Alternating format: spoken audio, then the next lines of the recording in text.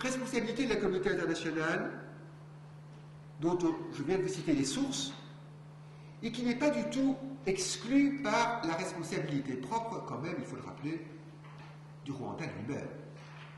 Il faut quand même se rappeler que ce n'est pas la communauté qui a commis le génocide, c'est le Rwanda, c'est le gouvernement rwandais de l'époque, ce sont les organes gouvernementaux, ce sont les milices qui avaient été mises sur pied par le précédent régime, qui ont fait ces atrocités, et c'est donc quand même leur responsabilité qui est d'abord en cause. Mais cette responsabilité propre du Rwanda, et que d'ailleurs, je pense, au gouvernement actuel, dans la limite de ses très faibles moyens, essaie dans une certaine mesure d'assumer, cette responsabilité n'exclut absolument pas une responsabilité parallèle, qui n'est pas concurrente, qui, je dirais, se rajoute à celle des autorités rwandaises, qui est celle de la communauté internationale pour ses manquements à agir. Et donc, ça c'est un point important, je pense, qu'il faut garder à l'esprit, c'est que si c'est bien le Rwanda qui a commis le génocide, c'est aussi bien la communauté internationale qui n'a rien fait pour l'empêcher.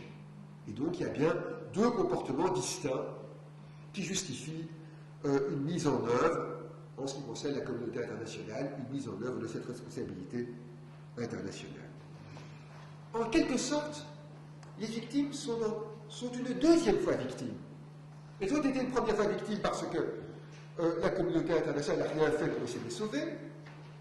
Et puis ensuite, la communauté internationale s'approprie leur douleur, elle annexe leur souffrance pour faire une sorte de procès à grand spectacle.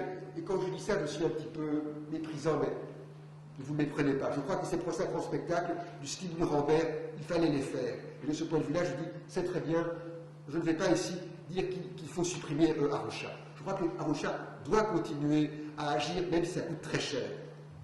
Mais il faut aussi trouver, à côté de ces budgets considérables, il faut trouver des budgets qui soient en rapport avec les réparations légitimes et légales que les victimes peuvent demander. Et là, il est absolument scandaleux qu'on utilise la douleur des victimes uniquement pour assurer une réparation pénale et non pas pour assurer une réparation civile. Et là, il y a encore certainement beaucoup de travail à faire.